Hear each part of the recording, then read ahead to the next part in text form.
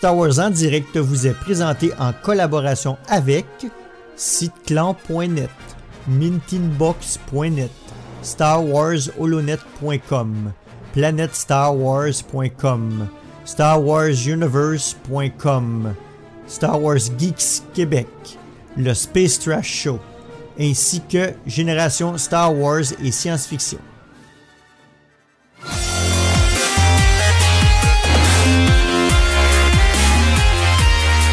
Bienvenue à Star Wars en direct, la voix du fandom Star Wars pour cette édition série qui sera consacrée au 6e épisode de The Mandalorian. Ici Francis et pour discuter ce soir, je suis accompagné de Malgus de la Patte Molle. Bonsoir Malgus. Salut Francis et salut nos auditeurs, auditrices. La dernière fois qu'on a enregistré ensemble, c'était notre analyse des 50 comics Star Wars chez Marvel l'été dernier. Yep. Toi de ton côté, quoi de neuf côté Star Wars ces temps-ci? Ben écoute, parlant de Marvel, ça a été pas mal la continuité de Marvel. D'ailleurs, j'en ai parlé à la dernière émission suggestion de cadeaux. Fait que donc, c'est ça. J'ai continué à lire les comics de Marvel. Je suis dans le tome 2 de Tron Alliance. Je suis à peu près à la moitié. Et puis, la série Mandalorian. Comment tu le trouves, Tron Alliance? Sérieux, là, je trippe. Ouais. Ce personnage-là là, est vraiment... Puis écoute, Timothée Zahn et comment dire, c'est lui qui a créé le personnage, si on a une façon de parler. Non, vraiment, là, j'aime beaucoup, c'est un analyste, là, un stratège. On plonge dans des discussions impériales qui est... non, c'est vraiment intéressant, puis j'ai hâte de voir la suite parce que... Toi, tu le lis en français ou en anglais? En anglais. Okay. Parce que, écoute, là, je sais que il est disponible en pocket, là, ouais. mais c'est ça, écoute, c'est à cause de la difficulté de disponible. Là, maintenant, tant mieux, mais j'ai commencé à lire en anglais parce qu'il était, je pense, pas disponible en français quand il est sorti, donc j'ai puis là, le suivant est déjà disponible en anglais aussi. Là. Ouais. Pour les films, tu sais, je dis toujours, j'aime ça l'écouter dans la version originale, mais évidemment, les livres, ça me dérange pas. Ça me dérange pas. À part pour certains citations de noms, évidemment, si on est habitué d'un bord ou l'autre, des fois, ça peut déranger, mais tu sais, c'est facile de sauter le nom puis de se le dire dans la façon qu'on veut l'entendre dans notre tête. Donc, ouais, surtout dans un livre, tu sais, à l'oreille, puis c'est ça, au cinéma, tout ça, ça peut accrocher un peu plus aussi, mais dans un livre, là, une fois que t'as lu 100 pages, mettons, là, t'es comme pas mal habitué, t'es dedans, là, tu sais. C'est pas comme quelque chose qui dure juste 2 heures, là, tu sais, un livre, t'en as pour des jours, là, fait que... Parce que c'est sûr qu'en anglais, tu sais, je veux dire, faut un petit peu plus de concentration, puis... Mais bon, tu sais, j'en ai une couple de Vader là, que j'ai pas lu encore d'ailleurs en français, puis fait que c'est ça. J'ai hâte de les lire. Ben tu vas voir, tu nous reviendras quand tu auras fini celui-là. C'est celui des 3 que le monde a un peu moins apprécié. Mais je pense que ça va beaucoup avec nos intérêts. Et celui-là se rapprochait beaucoup de la série de Clone Wars. Okay. Par bout, on se croit vraiment dans The Clone Wars là, avec Anakin, justement, oui, ben ils font le saut. Oui. C'est ça. Ben tu vois, moi j'aime ça à date.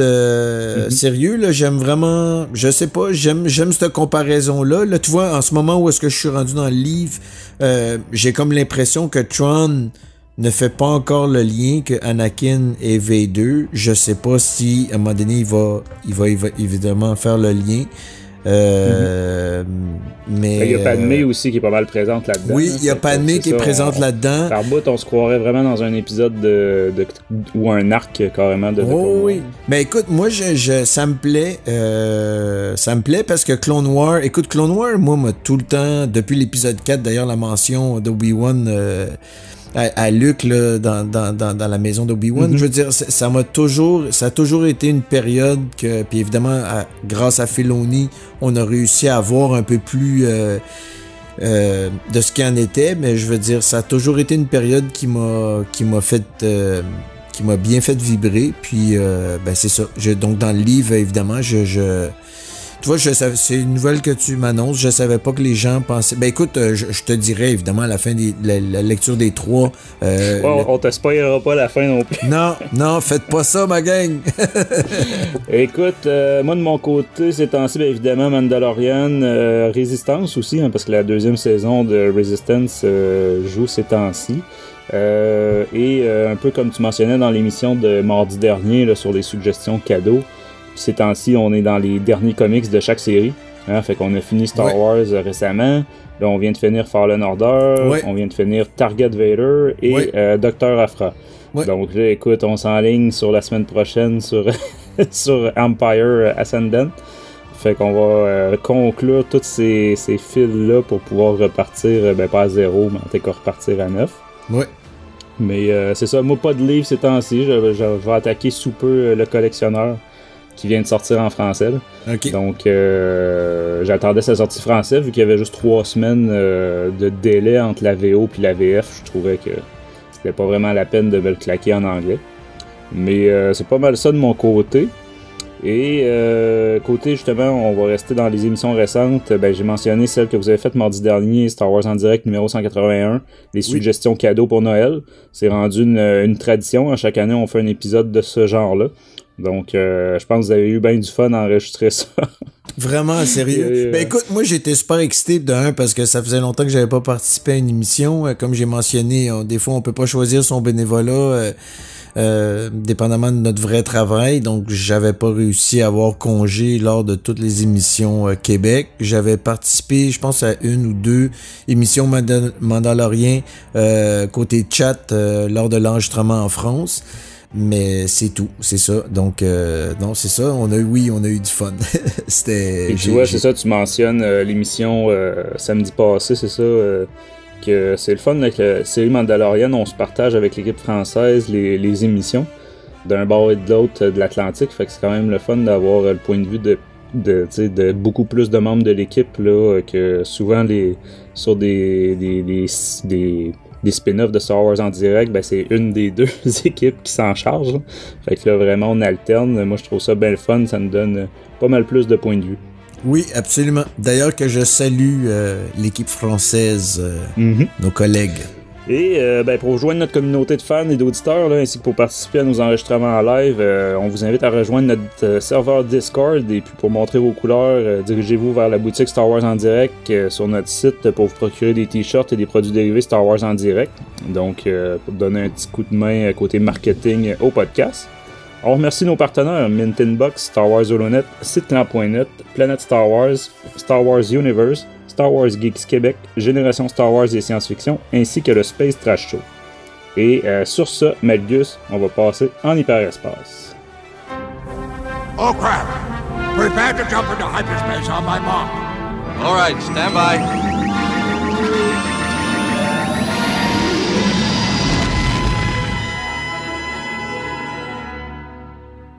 Ouais, cette fois-ci, t'avais pas besoin de faire le bruitage comme la semaine passée. Mais le vaisseau, il a manqué de gaz. Et avant d'attaquer les quelques petites actualités que je voulais qu'on traite, écoute, on a reçu un message d'un de nos auditeurs que je trouvais bien le fun, fait que je vais vous lire ça tout de suite. Donc, c'est un dénommé Maxime Vezeau, donc un Québécois. Il nous dit « Salut la gang, j'ai commencé à vous écouter, ça fait 2 semaines. Je suis chauffeur d'autobus pour Laval et depuis que je vous ai découvert, mes soirées passent beaucoup plus vite.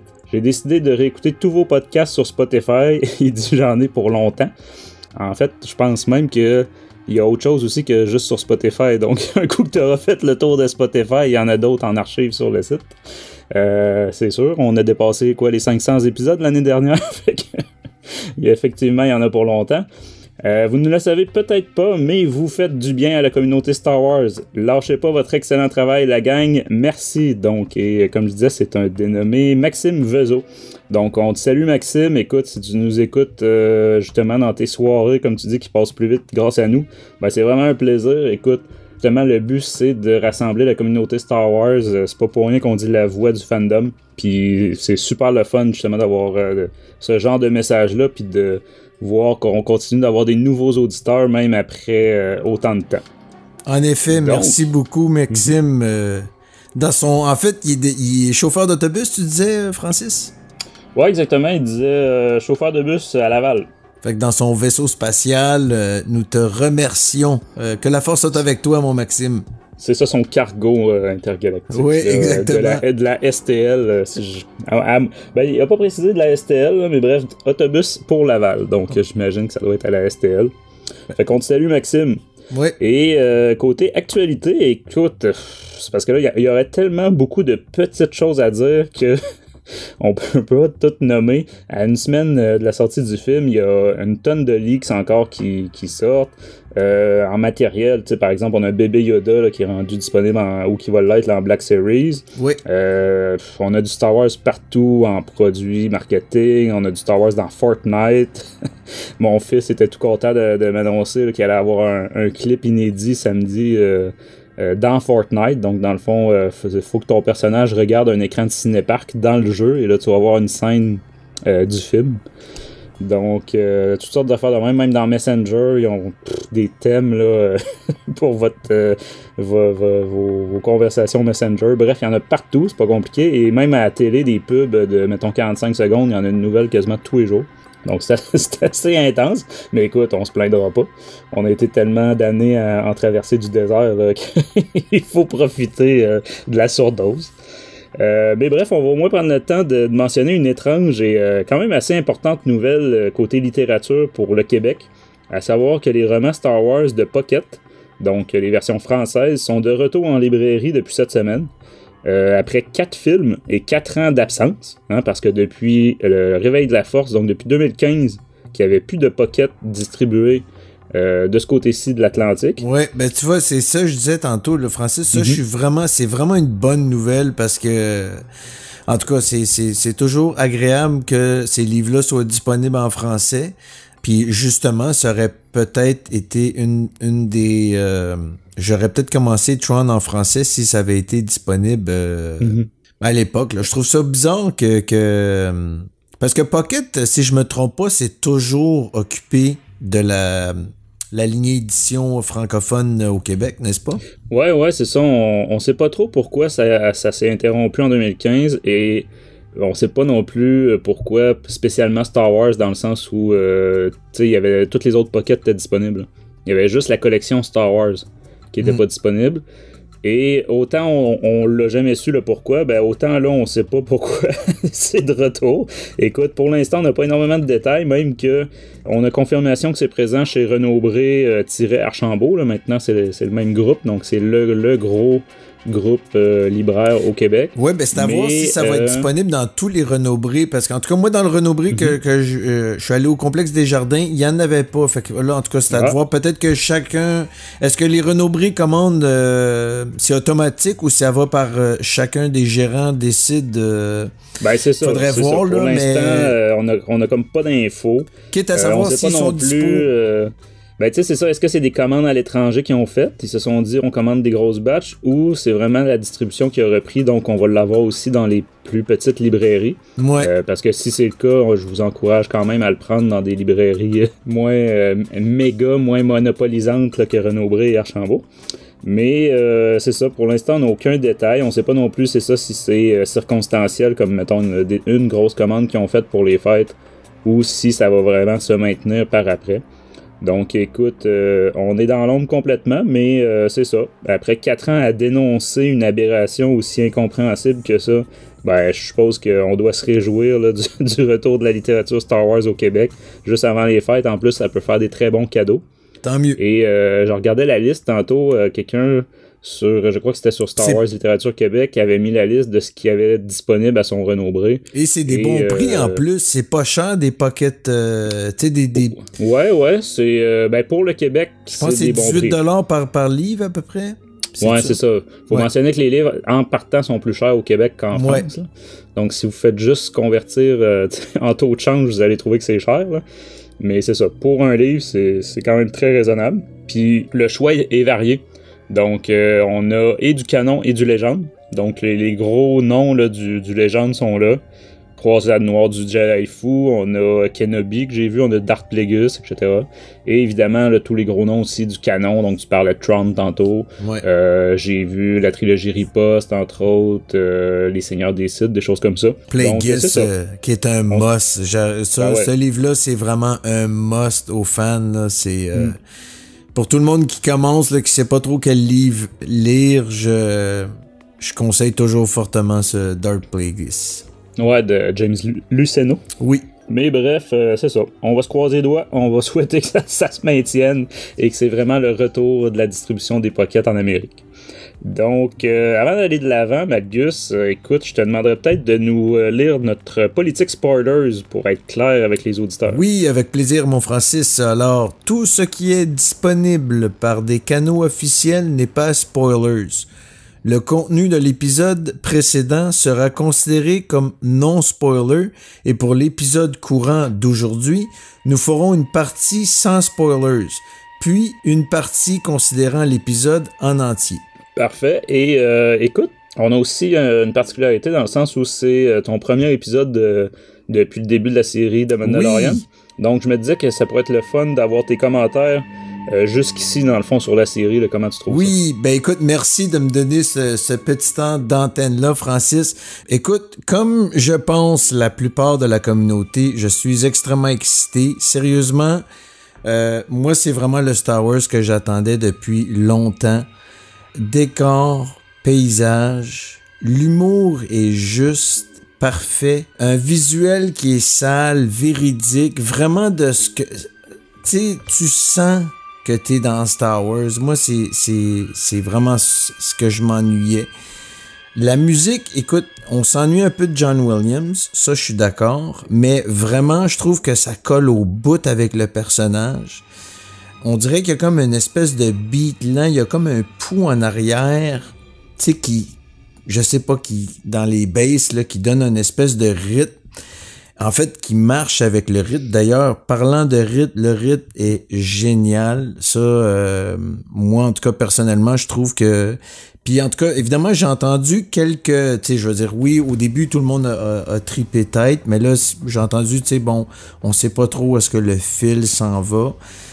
Moi, personnellement, je trouve que ça ressemble beaucoup à des comics des années 90 et étant un lecteur des comics des années 90, j'apprécie au bout. En fait, le fil est très simple. C'est ça, il n'y a rien de compliqué. Le scénario, souvent, on peut voir des scènes qui vont nous plonger dans l'univers Star Wars sans nécessairement qu'il y ait un scénario hyper complexe. Moi, je me rappelle d'ailleurs à l'épisode 2, il y a souvent des gens qui me citaient qui étaient même pas capables qui avaient même pas figuré que Darth Sidious, Palpatine et l'empereur à l'en devenir étaient la même personne. Fait que des fois, ça peut faire du bien. En tout cas, ça, c'est mon humble avis. Donc, finalement, le fil, tant qu'à moi, en tout cas, de ce que je ressens, c'est Baby Yoda. Et à travers ça, c'est sûr qu'ils pourraient probablement nous résumer ça en 2 épisodes. Mais ils vont faire plein de ricochets, ils vont nous montrer un peu plein d'aspects, des variantes de l'ambiance de Star Wars. Hyper simple, c'est divertissant. Moi qui adore les Jawa, donc évidemment l'épisode 2 avec les Jawa, j'ai adoré. Ça nous a montré un autre aspect, même qui a contredit un peu des choses que je croyais par rapport aux les Premières Nations de Tatooine, étant les Jawa et les Tusken. Finalement, les Jawa ont été un peu plus avancés que les Tusken, ont été capables d'élaborer probablement une technologie. Évidemment, ils sont capables de... C'est probablement eux qui ont construit leur Sandcrawler. Donc, ils ont été capables d'exporter cette technologie-là sur notre planète. Ça m'a vraiment surpris. Ça a été agréable de faire des cadeaux à la nostalgie des fans de Star Wars sans nécessairement que on tombe dans une série que pour les fans finis. Tu sais, évidemment, je suis pas un grand connaisseur, j'ai pas fait d'études en cinéma, j'ai entendu, tu sais, c'est sûr que je suis conscient aussi, tout comme lorsqu'on lit un comic, tu sais, il y a une façon de construire une histoire, c'est-à-dire New Hope, ça a été bien décortiqué, je veux dire, t'as ton clan des héros, t'as ton super vilain, puis la façon de sauter d'une scène à l'autre, il y a comme il faut tout le temps qu'il y ait une raison tu sais, pour qu'il y ait un suivi, donc mais tu sais, là, on est dans une télésérie. Moi, je trouve ça agréable que ça soit léger. Je me demande, la seule affaire, en fait, que j'aurais peut-être à critiquer, c'est peut-être la durée des épisodes, que je trouve très court. Mais en fait, c'est justement agréable de voir un scénario hyper simple dans un laps court comme ça. Tu sais, je verrais mal quelque chose de compliqué. Puis c'est ça, c'est chaque épisode, oui, c'est vrai, en fait, peut être discordique un peu, c'est-à-dire qu'on peut, comme un comic, justement, on peut lire à part. On peut lire à part, on peut pas nécessairement suivre les épisodes l'un à l'autre. La minute, tu sais, on sait qu'il y a le petit bébé Yoda, on verra, je veux dire, il y a quand même des questionnements, moi je trouve intéressants, tu sais, par rapport à la médecine, le clonage, pourquoi ils sont intéressés à cet être-là, et j'ai extrêmement hâte d'ailleurs qu'ils nomment la race. Mais écoute, il y a tellement de petits... tu sais, comme le dernier épisode avec la cantine. Tu sais, moi, j'ai beaucoup ri quand il est rentré. J'ai tout de suite remarqué qu'il n'y avait pas de bidule de scanner pour les droids. Tu sais, your droid's gonna have to wait outside. We don't serve that kind here. Tu sais, ça m'a vraiment... Puis là, en plus, t'arrives au bar, puis c'était droid, tu sais, donc on voit vraiment que les temps ont changé. Faut pas oublier que l'Empire est tombé. Jabba the Hutt a été tué, donc veut pas, lui et l'Empire contrôlant un peu... Tu sais, Tatooine était carrément contrôlé par l'Empire et les smugglers. Donc, c'est vraiment c'est un temps résolu, mais en tout cas, chaque épisode est vraiment, je trouve que... C'est assez bon côté, puis c'est mauvais, puis c'est ça, c'est assez fan, puis c'est critique. C'est sûr que là, les gens de nos jours, t'es habitué à des gros fils conducteurs avec les séries en streaming parce que tu peux écouter les épisodes quand tu veux, donc t'es manques.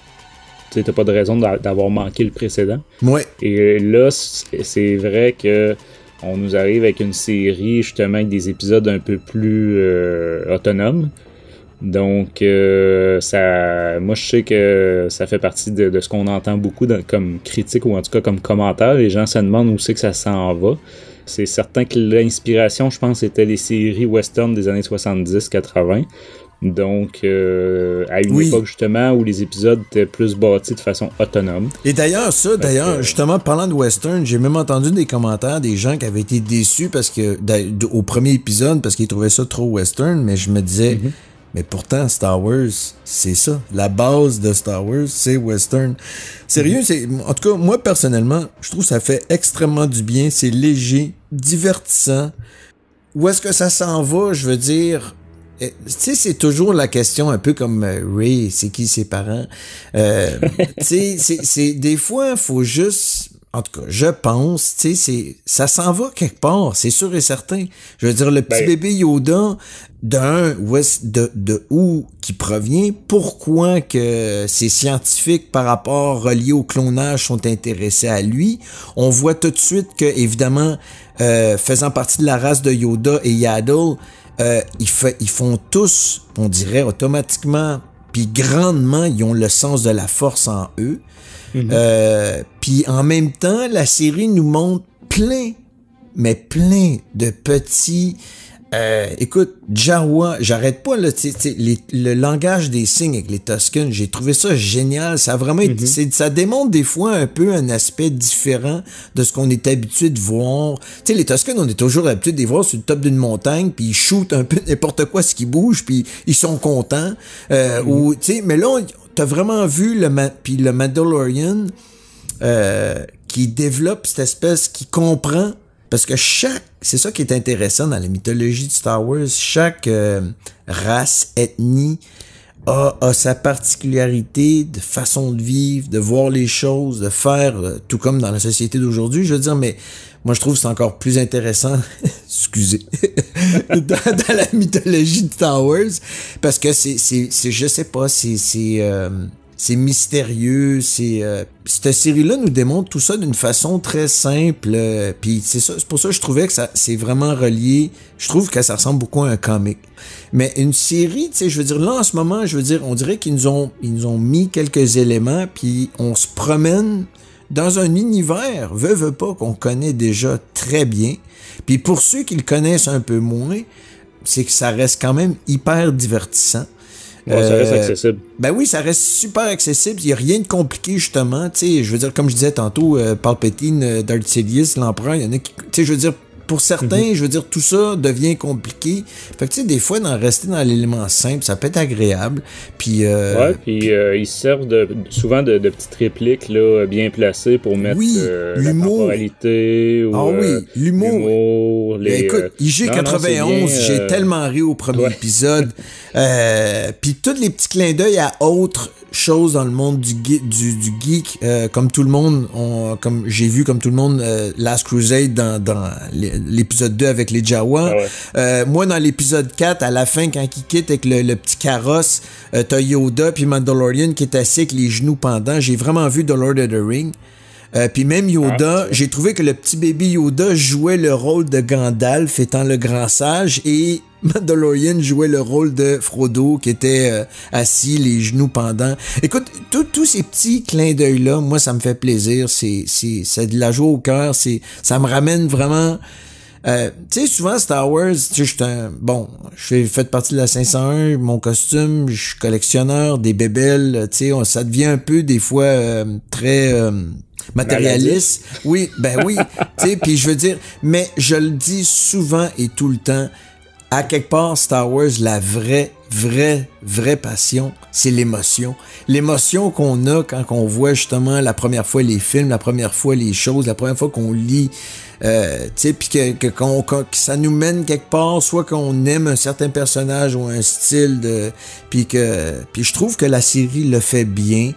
Tu sais, il y a des épisodes évidemment un peu moins excitants, mais à date, sérieux, je suis choyé. Je suis assez d'accord avec toi, puis écoute, on va avoir l'occasion d'en reparler de tout ça, le fil conducteur, puis où est-ce que ça s'en va, les choses comme ça. Mais écoute, je te demanderais peut-être de nous lire rapidement le synopsis, si on peut dire, ou le mini-résumé de l'épisode.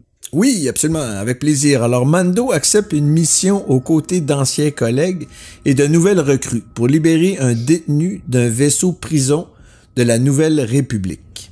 Donc, on va passer l'aspect technique pour commencer. Celui-là, écoute, c'est un épisode de 43 minutes. Fait qu'après des épisodes un peu plus courts qu'on avait eu, là, plus autour des 30 minutes, ça fait quand même du bien de remonter ça. Moi, en tout cas, je sais que je l'ai bien apprécié sur la durée.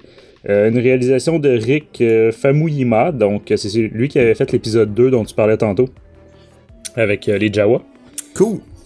Donc, c'est le fun de le retrouver. Et je pense que quand on va avoir fini notre critique, on va quand même... Tu vois, c'est intéressant parce que j'ai pas reconnu... Écoute, c'est... Le style? Non, du tout. Mm-hmm. En tout cas, Faut dire que c'est comme... L'ambiance est complètement différente. Là, tout à fait, oui. Épisodes. Puis, tu vois, côté acteur, écoute, moi, tout de suite, dès le début, là, on tombe sur Mark Boone, donc qui joue le personnage de Renzar Mark. Donc, Mark Boone, là, c'est lui qui est un des visages là, iconiques de la série Sons of Anarchy. Donc, un gros barbu, là. Que je connais pas. Parce que j'ai pas vu Son of Anarchy. Non, je suis vraiment pas un gars de télé, mais écoute, bon acteur, mais écoute, ouais. Sinon, on a Mayfield, personnage de Mayfield, qui est joué par l'humoriste Bill Burr. Donc, lui, c'est un gars de stand-up américain, un acteur aussi, un podcasteur. Okay. Et d'ailleurs, il a été sur le plateau de Jon Favreau. Je sais pas si tu as déjà pris ses émissions. Jon Favreau fait des émissions sur Netflix, ça s'appelle Chef. Oui, je les connais, mais j'ai pas écouté ni les émissions de Jon Favreau, ni celle-ci avec Bill Burr. Ben c'est ça, il y en avait fait un avec Dave Filoni aussi, au Skywalker Ranch, là, avec tous des aliments là, qu'ils avaient pris. Tu sais, là-bas, ils ont comme des gros jardins là, avec des potagers là, avec des légumes à plus savoir quoi en faire. Mais bref, ceux qui connaissent pas cette série-là, Chef, là, c'est super le fun sur Netflix. Bref, ensuite, on a la fameuse Twi'lek Xian, donc jouée par la délicieuse Natalia Tena. Donc, ceux qui ne se souviendraient plus où ils auraient vu ce fabuleux clin d'œil, c'est le personnage de Nymphadora dans les Harry Potter. Donc, je pourrais plus vous dire dans quel film d'Harry Potter qu'elle était. Je pense qu'elle était dans 2 ou 3. Mais c'est la sorcière un peu plus punk, avec des cheveux colorés rose-mauve, là, et qui est très intimidante du point de vue de Harry, là, parce qu'il est enfant. Mais bref, elle y faisait un célèbre clin d'œil que, là, dans le fond, ils ont reproduit dans la série Mandalorian. Là. C'est d'ailleurs l'image titre là, de cet épisode-là. Ensuite, on a Burg, un Dévaronien, donc avec une tête de Hellboy un peu, là. Qui est joué par Clancy Brown, et lui aussi c'est un visage qu'on reconnaît tout de suite, là, même si c'est pas quelqu'un qui a toujours eu les oui, la cantine. Puis tu sais, on le voit dans Rebels aussi, je pense qu'on voit ce race-là dans Rebels. Ouais, la race, effectivement, on la voit souvent, mais l'acteur comme tel tu aussi, parles de là, l'acteur, excusez. Quand tu le vois sans maquillage, sans cornes, puis tout ça, tu le reconnais tout de suite. Là, le gars, il était dans à l'ombre de Shawshank, donc Les Évadés, là, pour nos auditeurs français. Dans Starship Troopers, c'était lui le sergent instructeur. À l'ombre de Shawshank, il fait qui, tu dis? Oh, écoute, je pourrais plus te dire un des gardiens, si je me souviens bien, là, mais ça fait... Je suis tellement pas bon pour les acteurs, moi. C'est quoi, écoute, 89 là, oui, ou 91? Je pense que oui, je le remets. Ah oui, mais c'est excellent, ce film-là. Oh, ouais, ben oui. Puis, tu vois, chose intéressante que j'aurais pas su là, si je l'avais pas cherché, le garde de la Nouvelle République dans cet épisode-là, c'est Matt Lanter, c'est lui qui faisait la voix d'Anakin Skywalker dans toute la série de Clone Wars. Okay. Donc, bon, moi je l'ai pris en français, là, mais ceux qui l'ont pris en anglais auront peut-être reconnu la voix d'Anakin. Et enfin, comme Easter egg, si on peut dire, les 3 pilotes de X-Wing présents dans cet épisode-là, c'est en réalité 3 réalisateurs de la série. Donc, le plus connu probablement étant Dave Filoni, qui va avoir réalisé l'épisode 1 et l'épisode, c'est-tu le 5? Ouais, je pense que c'est celui de la semaine dernière là, sur Tatooine. Il y a Rick Famuyiwa, donc ça c'est celui qui a fait justement l'épisode 2 avec les Jawa et l'épisode d'aujourd'hui, l'épisode 6. Et Deborah Chow, la 3e, dans le fond, c'est elle qui avait fait l'épisode 3 et qui fait l'épisode de la semaine prochaine, l'épisode 7. Donc, des petits clins d'œil, là. Ça devient un peu des traditions de voir les réalisateurs apparaître. Hein. On a eu ça avec Last Jedi, avec Rogue One. Donc, moi, c'est quelque chose que j'apprécie. Là, tu sais, quand c'est des petits rôles, de toute façon, là, si tu le sais pas, c'est pas grave. Puis si tu les reconnais, ben, tant mieux. Puis je t'interromps, Francis, il y a Lexberg qui dit c'est la voix de Savage Oprez et Ryder Azandi, le Clancy Brown, de ce qu'on parlait tantôt. Ah, tu vois, je savais pas du tout, mais ça fit aussi, là. C'est des personnages massifs, on va dire ça comme ça. Donc, dans le fond, de ton côté, Malgus, si on parlait de critiques sans spoilers, on va se réserver les spoilers, puis on va diviser l'émission en plusieurs sections. Mais sans spoilers, tout d'abord, en fait, si tu pouvais nous dire sous quel format tu as pris l'émission, donc en VO ou en VF, puis dans quelles conditions. Donc, tu as un écran géant ou un petit téléphone, etc. Puis, enfin, comment tu as trouvé l'émission? En fait, version originale, sur mon écran d'ordinateur, assis ce matin, assez tôt, merci, avec un beau café. C'était cette version-là. J'ai vraiment aimé, écoute, j'ai un peu comme je pense pas mal tout le monde, là, l'épisode 4 ça a été vraiment lui qui m'avait moins fait vibrer à date, à part évidemment du AT-ST. Mais là, cet épisode-là, on voit que c'est ça. Je sais pas, j'ai comme un feeling que ça remonte à. J'ai vraiment été excité. Je pourrais comparer, même si ça, je disais tantôt, là, je n'ai pas reconnu le style du réalisateur. J'ai trouvé que ça avait un beat un peu de film d'horreur. Il y a certains moments, justement, avec la musique, je sais pas, tu sais, la façon que la caméra tourne à l'intérieur d'un cercle qui nous pointe chacun des acteurs. Qui a une réaction. Non, puis il y a, sans rien dire, il y a plein de, évidemment, comme à chaque épisode, des beaux petits cadeaux pour les nostalgiques, moi, qui m'ont fait penser à plein de trucs.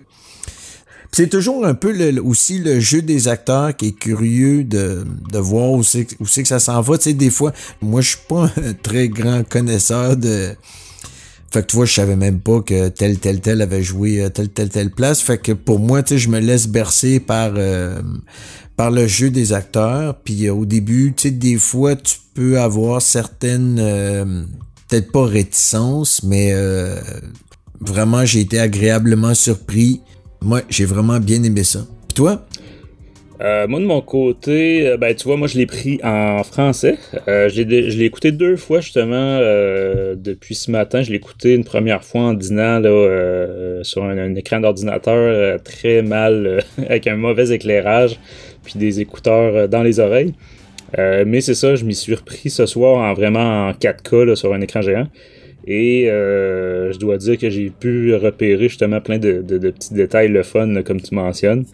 Moi, écoute, c'est un épisode que j'ai adoré, je m'en cache pas, c'est vrai, fait que je suis assez d'accord que les derniers épisodes, comment dire, étaient un peu moins intéressants, peut-être moins de suspense ou plus prévisible, bref. Mais cette fois-ci, je trouve que vraiment la pente est remontée. Bon, je me suis noté par contre que c'est peut-être moi là, parce que j'ai travaillé 7 ans dans une prison, là, mais un vaisseau prison, là, dans la catégorie idée de marde, là. Je dis rien parce que évidemment, je savais que j'adore tes genres de commentaires. À la limite, si c'est un convoi, mettons. Mais mention Francis, juste de même. J'avoue que, ouais. mais j'ai déjà vu là, peut-être en tout cas qu'un plus ardu va peut-être le trouver. Il me semble que j'ai déjà vu ça. Je sais pas si c'est un concept de Ralph McQuarrie, du Tanty4 ou peut-être même de Colin Cantwell. Pour ceux qui le connaissent pas, Colin Cantwell a fait des maquettes probablement issues de graphismes de Ralph. Mais bref, j'ai déjà vu ce type de vaisseau-là. Comme tu dis, là, c'est idée de merde. Vaisseau prison, c'est comme un carré avec des réacteurs en arrière, finalement. Ben ça, tu sais, à la limite, ça fit relativement. Puis tu sais, il laisse sous-entendre, le droïde, à un moment donné, là, le pilote laisse sous-entendre que le vaisseau a survécu à l'Empire, puis ça. Donc, si c'est un concept un peu impérial, tu sais, c'est pas tant surprenant, mais juste l'idée d'avoir une prison qui se promène tout seul au milieu de l'espace, tu sais, je veux dire, tu veux absolument te faire attaquer, là, tu sais. Ouais, mais sans spoilers, on va peut-être en parler plus tard, mais l'intérieur te fait penser à quoi, toi? Ah, on est beaucoup plus du côté aldéranien, là, tu sais, ben oui. Tout est blanc et tout est... Ben oui, Tanty4, on va y revenir un peu, plus loin. Bon, ben c'est justement... Ça me surprendrait pas que ça soit un des concepts justement du Tanty4 de Ralph McQuarrie. Il y a dû avoir plusieurs concepts du vaisseau. Puis il me semble il y avait la petite antenne rectangulaire sur le dessus aussi là, qui rappelait le Tanty4. Ok, ben tu vois, peut-être que, en tout cas, ça me surprendrait pas que ça serait dans cette lignée-là. Écoute, Favreau, puis tout ce qu'ils font, là, c'est jamais pour rien. Et tu vois, rapidement, je m'étais noté là, des cascades impressionnantes cette fois-ci, des effets de lumière magnifiques. On va y revenir vers la fin. Des droïdes de la trilogie originale. Donc, on a le petit mouse droïde et les espèces de gros beefs que si quelqu'un dans le chat se souvient du nom de ces méga droïdes qui flottent là. Et à l'inverse, en plus des anciens, on a des nouveaux droïdes de sécurité inspirés des KX, donc comme K2SO. Donc, je sais pas si t'as remarqué, Malgus, mais il y avait vraiment la même structure, à l'exception de la tête. Oui. Peut-être un peu moins grand, là, mais bref, ça, j'ai vraiment aimé ça. Avec le signe rebelle. Ouais, ben, en fait, plus rebelle à cette époque-là, c'est plus le signe de la Nouvelle République. Oui, c'est ça, je veux dire. Avec oui. les petites étoiles autour. Oui. Puis, ben, justement, c'est ça, je m'étais noté la première présence... pas au grand écran, mais en tout cas en live. De la Nouvelle République. De la Nouvelle République et du personnel de la Nouvelle République, donc les pilotes de X-Wing et le gardien de prison. Donc, parce que la seule fois sinon qu'on les avait vus à l'écran, c'était dans la série animée Résistance. Mais autrement que ça, le grand public, probablement, qui prend pas Résistance, justement, avait jamais vu du monde de la Nouvelle République, leurs couleurs, leur logo, etc.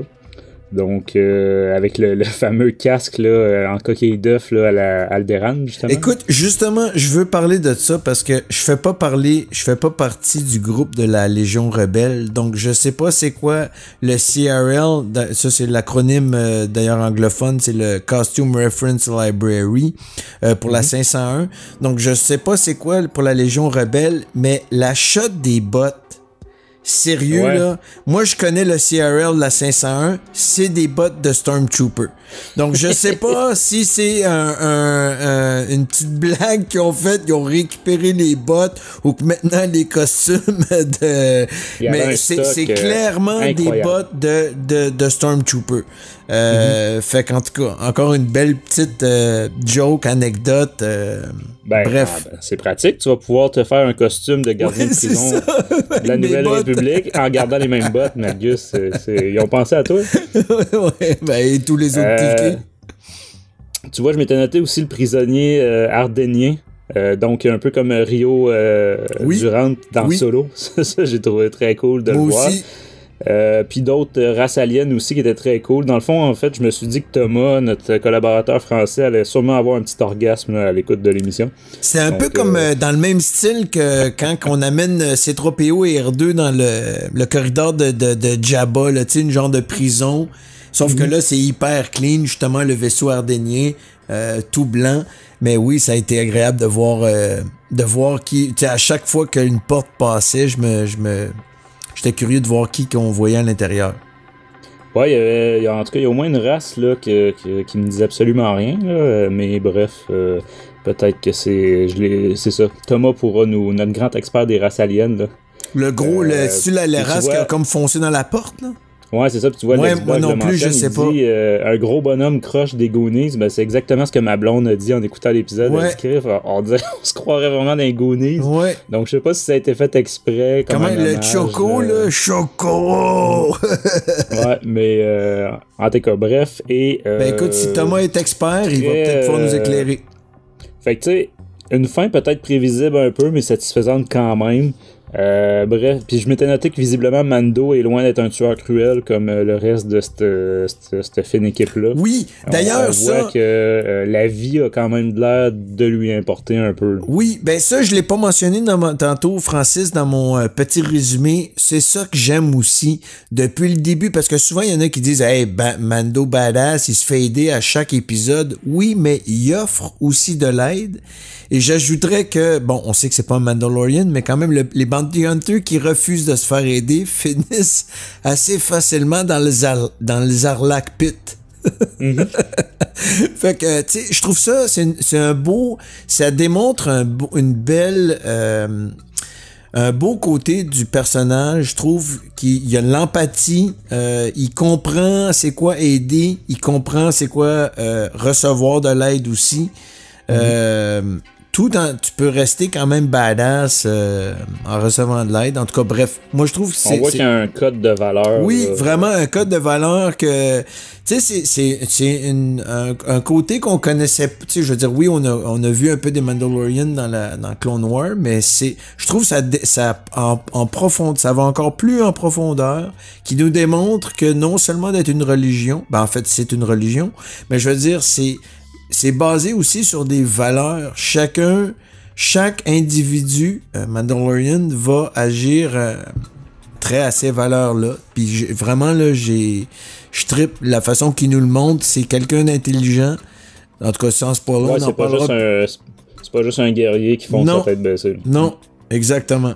Ben c'est ça, écoute, on va passer à la partie spoilers, fait que justement, on va prévenir tout le monde que si vous avez pas encore vu l'épisode, vous voulez aller le voir avant de prendre le reste de l'épisode, c'est le moment de mettre sur pause l'émission et de nous revenir par après. Donc, comme je disais tantôt, on va se diviser l'épisode en sections comme on a fait avec les autres épisodes sur Mandalorian. Et à chaque fois, on va faire un petit résumé, puis à chaque fois, on va donner nos avis Malgus. Ça te va comme ça? Yep. Donc, première section, comme introduction, on a le Razor Crest qui arrive sur une petite station spatiale, là, style garage de quartier. Là. Et le Mando retrouve le personnage de Ranzar Mark qui a l'air content de le voir. On comprend rapidement que c'est des anciens partenaires. On rencontre ensuite le reste de l'équipe pour l'épisode. Un ancien tireur d'élite impérial qui va être le chef de mission. Un droïde pilote. Un gros connard d'Evaronien, là, il précise, donc tu comprends que ça c'est nos muscles. Et une Twi'lek violette qui joue toujours avec des couteaux et qui elle aussi semblerait qu'elle connaît très bien Mando. Donc de ton côté Malgus, comment t'as trouvé l'intro de l'émission? Écoute, j'ai beaucoup, un peu comme, sans vouloir devancer les commentaires de Loïc, plus tard à la fin, là, mais j'ai beaucoup aimé le décor, l'entrée. Moi, tu vois, je connaissais vraiment pas le personnage dont tu parlais, là, qui a joué dans Son of Anarchy. Tout de suite, dès le début, j'ai beaucoup aimé, évidemment, avec le beat de fond, l'espèce, on dirait que ça donne vraiment le beat de qu'est-ce que ça peut être à l'intérieur d'une gang de smugglers, de bounty hunters. Tu sais, tout de suite, c'est... Parce que, tu sais, on un peu comme Han, quand on rappelle à Han, quand Luke disait « Ah ouais, tu fais vraiment ça pour l'argent ».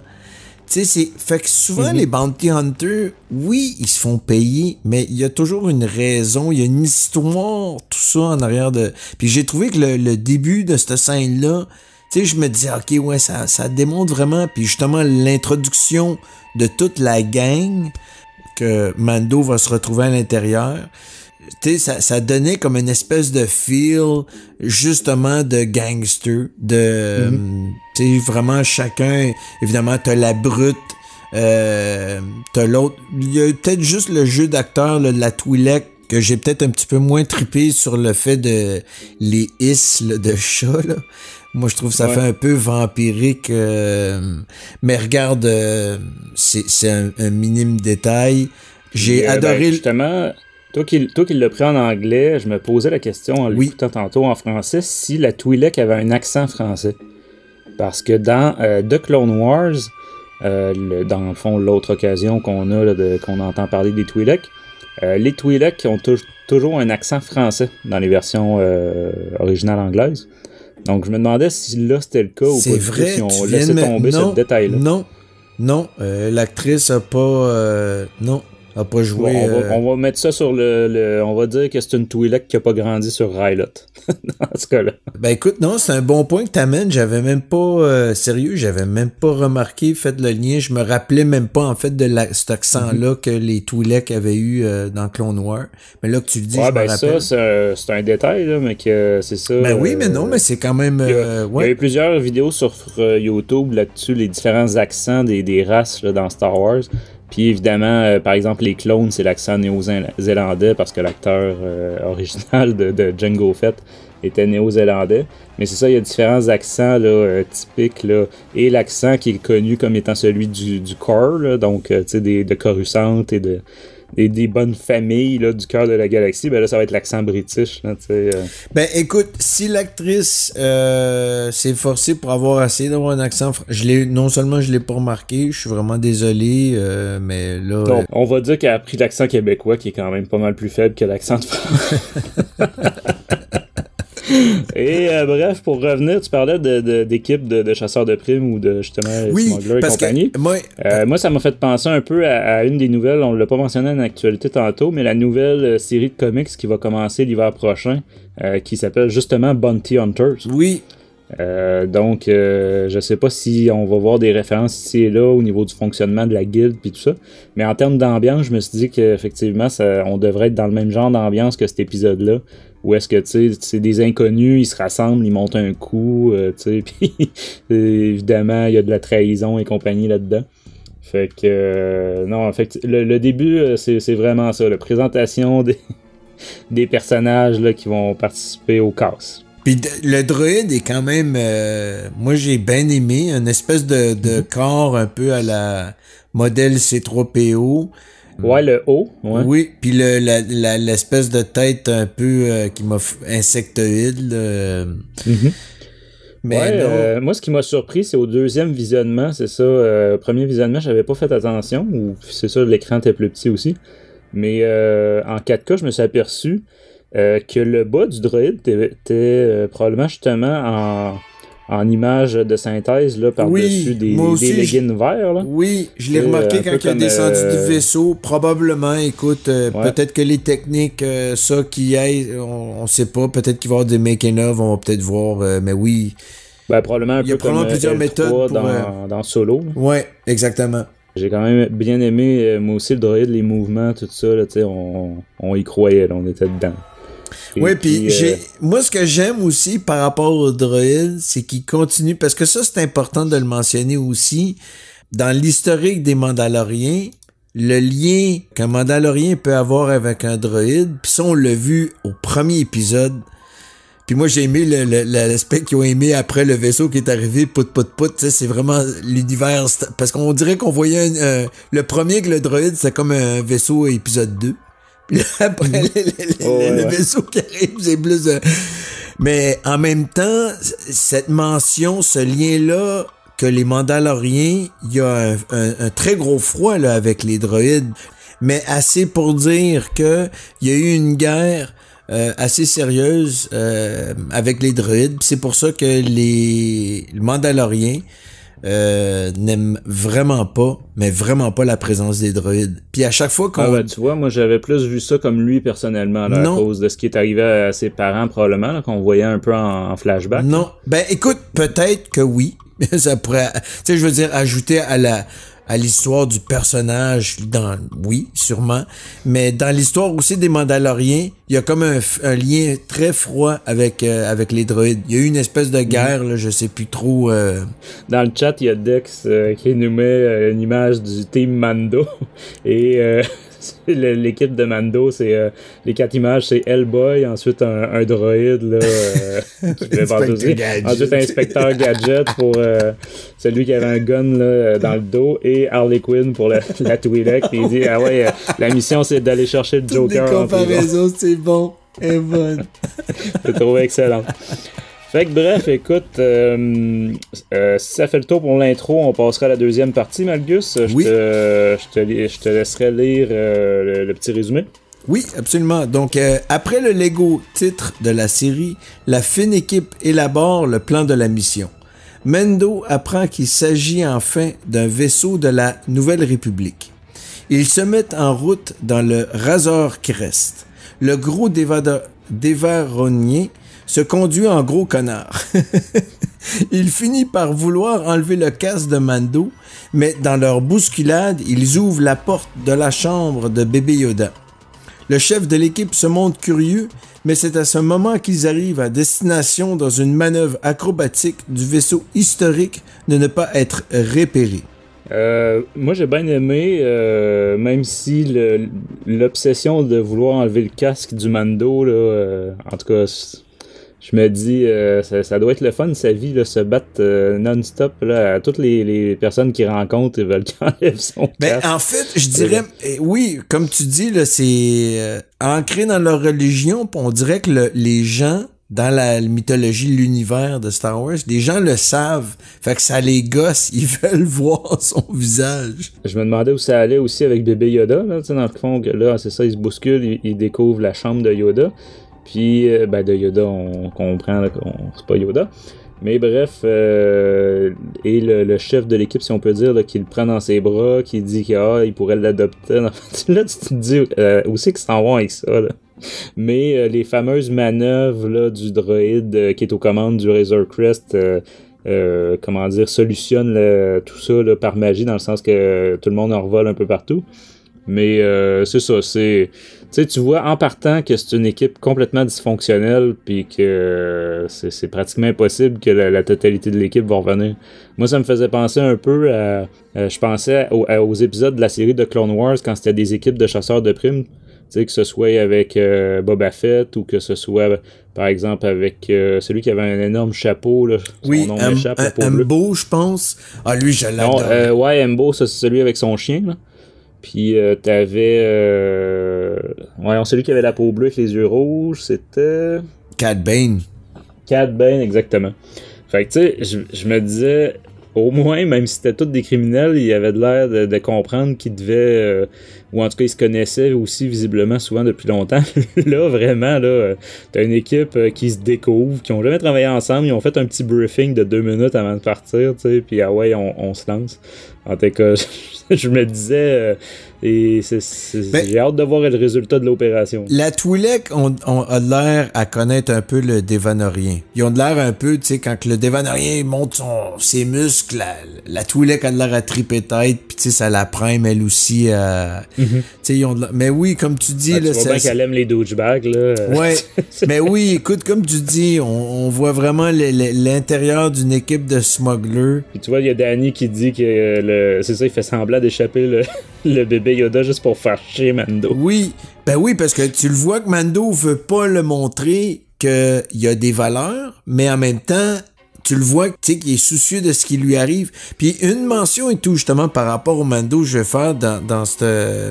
As-tu remarqué comment que, non seulement que par rapport au casque, ils savent que, bon, vous enlevez jamais votre armure, montre-moi ta face, mais en même temps, ils disent, oh, Mandalorian, fait longtemps que je t'ai pas vu, le Gradius, tu sais, les grands guerriers. Puis là, t'as tout de suite le commentaire péjoratif. Ouais, mais pourquoi vous êtes tous exterminés? Ouais, ben là, toute la gang. Petit à petit, on apprend un peu plus sur le... Ben oui, puis ça, la fameuse purge. Ah oui, puis ça, c'est vraiment...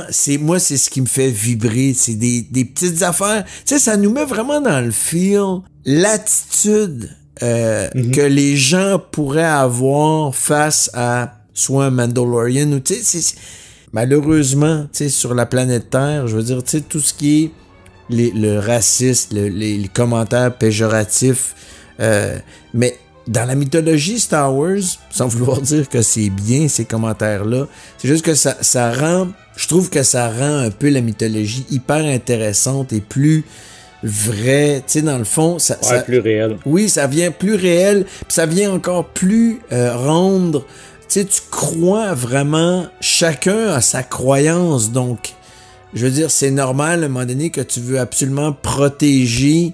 Fait que donc, ça peut mener à des extrémismes, malheureusement, et des façons de parler de ce genre-là. Puis, en tout cas, tu vois, Mandalorian, tu sais, je veux dire, sans étant... ils ont quand même été exterminés, là. Qu'on les aime ou qu'on les trouve... Tu sais, je veux dire, côté gentil, méchant, c'est sûr que du côté de ceux qui les ont peut-être exterminés, tu vas me dire qu'ils vont dire, oui, ben ils ont eu ce qu'ils méritaient, mais en même temps... Et Mando, il nous démontre vraiment qu'il y a une valeur.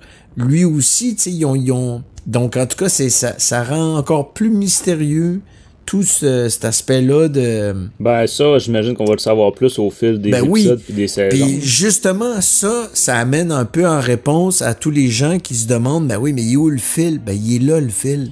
Tu sais, faut donner le temps, là. Mandalorian, là, je veux dire, c'est assez complexe. Ils ont été là extrêmement en grand nombre et pendant longtemps, mais dans des années beaucoup plus... Tu sais, même avant l'épisode 1, là, je veux dire, à l'épisode 1, les Mandalorians étaient déjà exterminés, fait que, imagine-toi. Ouais, ben, en tout cas, ouais, ils avaient perdu leur guerre contre les Jedi. Oui. Mais bref, tu vois, je mentionnais quelques commentaires dans le chat, là, que c'est Bleedoff qui dit que le Mando a sûrement le pire code de sécurité, le pire mot de passe pour son armoire à gun. Tu vois, ma blonde, c'était ça dit la même réaction. J'avoue. Mais bon, écoute, on sait pas si c'est vraiment un clavier pour un code de sécurité, là, mais c'est ça, dans le premier épisode aussi, l'alien à la tête un peu aquatique. Oui, il fait qu'elle pesait un peu n'importe quoi, puis la porte s'ouvre. Ouais. Bon commentaire. Et tu vois, c'est mentionné aussi que la Twi'lek a clairement une histoire avec Mando, là... c'est l'Odenin qui mentionne ça, mais bon là, c'est pas dit officiellement, mais c'est ça, elle dit une lady dévoile pas là, certains secrets là, quand il demande si elle a déjà vu son visage. Donc c'est ça, on comprend qu'il y a déjà eu quelque chose probablement avec le Mando là. Oui. Quand même pas la plus importante des sections, mais tout ça pour dire que ça annonce rien de bon pour la suite de l'épisode. Section 3, cette fois-ci, on est rendu pour vrai. L'équipe monte à bord du vaisseau prison en question de la Nouvelle République. On voit quelques détenus dans leur cellule. C'est quand même plutôt calme. Donc, on n'est pas là, devant le typique cas là, que les détenus se mettent à hurler dès qu'ils voient quelque chose.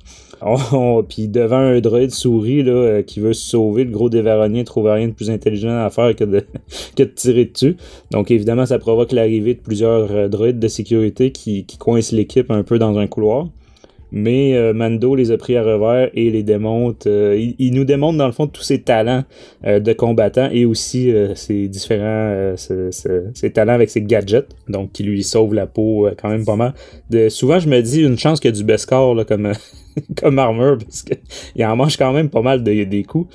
Et bref, une fois au poste de contrôle du vaisseau, il découvre qu'il y a un garde humain, comme on parlait tantôt, de la Nouvelle République, alors que le vaisseau était supposé être vide, être uniquement opéré par des droïdes. Donc le garde les menace avec une balise de localisation.